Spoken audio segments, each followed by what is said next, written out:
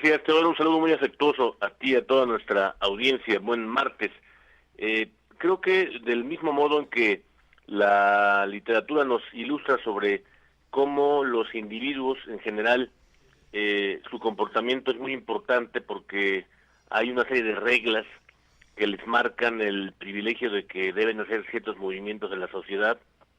y también sobre ciertos grupos específicos. De igual manera, eso va marcando las identidades en torno a su comportamiento electoral, si lo vemos en la política práctica, en la política real. Eso ocurre, por ejemplo, cuando vemos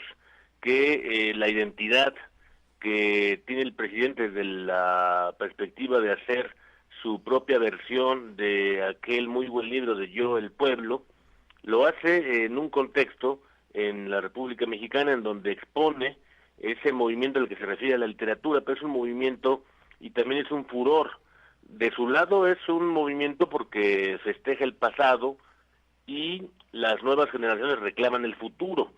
Así, por ejemplo, vemos en ese mismo enfoque el furor, por ejemplo, que tienen las oposiciones,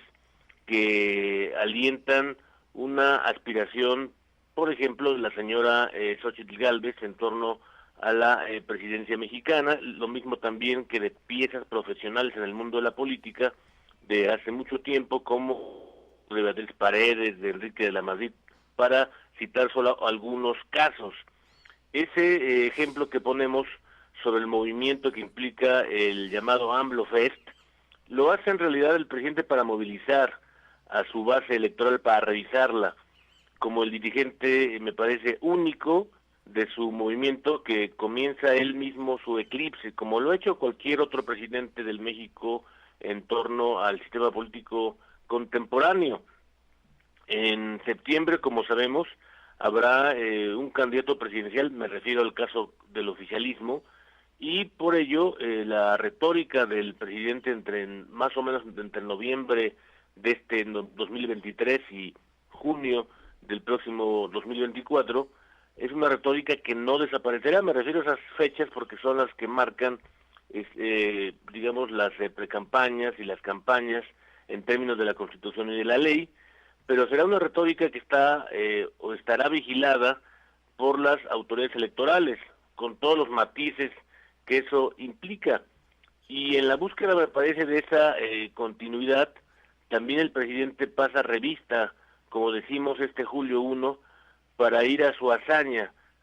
como dice la película de Luis Estrada, en la búsqueda de todo el poder,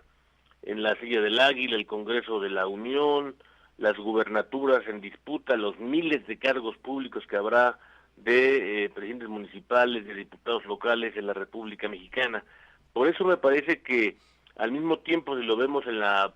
política real, también ese festejo, el suyo propio, que le gusta prodigar cualquier fecha, al presidente la toma como histórica, la toma como inédita porque él no la había hecho. Y también nos habla de que ese AMLO Fest es la versión de que la política es también un espectáculo al mismo tiempo.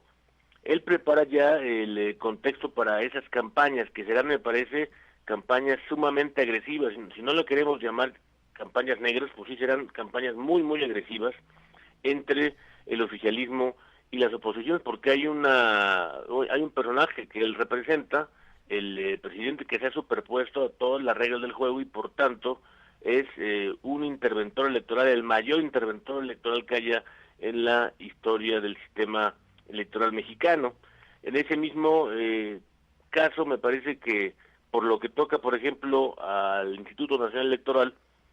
van 3 meses ya y contando desde aquel abril número 3 en que iniciaron sus funciones los consejeros de la nueva presidencia, incluida su nueva titular del Consejo General del INE, y sin embargo no han logrado los votos necesarios para designar con todas las de la ley a su secretario ejecutivo, en este caso una mujer que ahora ha de resignarse con la designación, digamos, de ser únicamente encargada del despacho, y como sabemos se requiere para ese cargo una mayoría calificada, es decir, 8 de 11 votos. De eso hablamos cuando no tienen gobernanza hacia adentro los señores del Consejo General del INE, y hacia afuera también es incapaz esa autoridad administrativa de arbitrar esa ilegal contienda de las dos coaliciones que se están formando, aunque no les queramos llamar así, esos son la formación de dos coaliciones que están cometiendo de manera cotidiana actos anticipados de campaña, cada uno desde luego con sus matices y formas, y por tanto tenemos lo mismo hacia adentro que hacia afuera, una autoridad electoral débil desde el punto de vista por lo menos administrativo. Las oposiciones por su lado tienen, me parece, un método que irá decantándose, que irá con filtros para justamente determinar las cualidades, las posibilidades que tengan los competidores en la búsqueda, me parece, de lograr la victoria en la competencia política. Se trata más o menos de ir ejerciendo no solamente del lado electoral la victoria cuando ésta pueda generarse, sino sobre todo mostrar cualidades de lo que llama muy bien el profesor Dror la capacidad de gobernar, como aquella muy buena novela del inglés Musil, de mostrar al hombre o a la mujer con atributos, porque él justamente le llamaba al contrario a su novela, un hombre sin atributos. Eso es lo que debemos buscar en nuestro país de cara a lo que se supone y veremos es un gobierno de emergencia el próximo.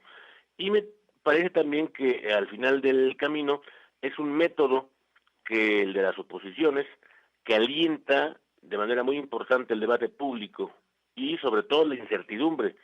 que son dos elementos que están muy distantes del pensamiento único que marca la ruta del oficialismo, con todo ese contraste que desde el punto de vista de la política real y también del espectáculo, ya lo veremos, está ejerciendo esa presión, estirando la liga el señor Ebrard en el caso del oficialismo. Y de lo que se trata al final del camino todo es ejercer la gobernanza de la sociedad abierta y sus enemigos, a la que se refirió muy bien Karl Popper, ejercer la capacidad de gobernar, como dice ese muy buen libro. Se trata de pasar de una sociedad cerrada a una sociedad abierta y enfrentar a sus enemigos.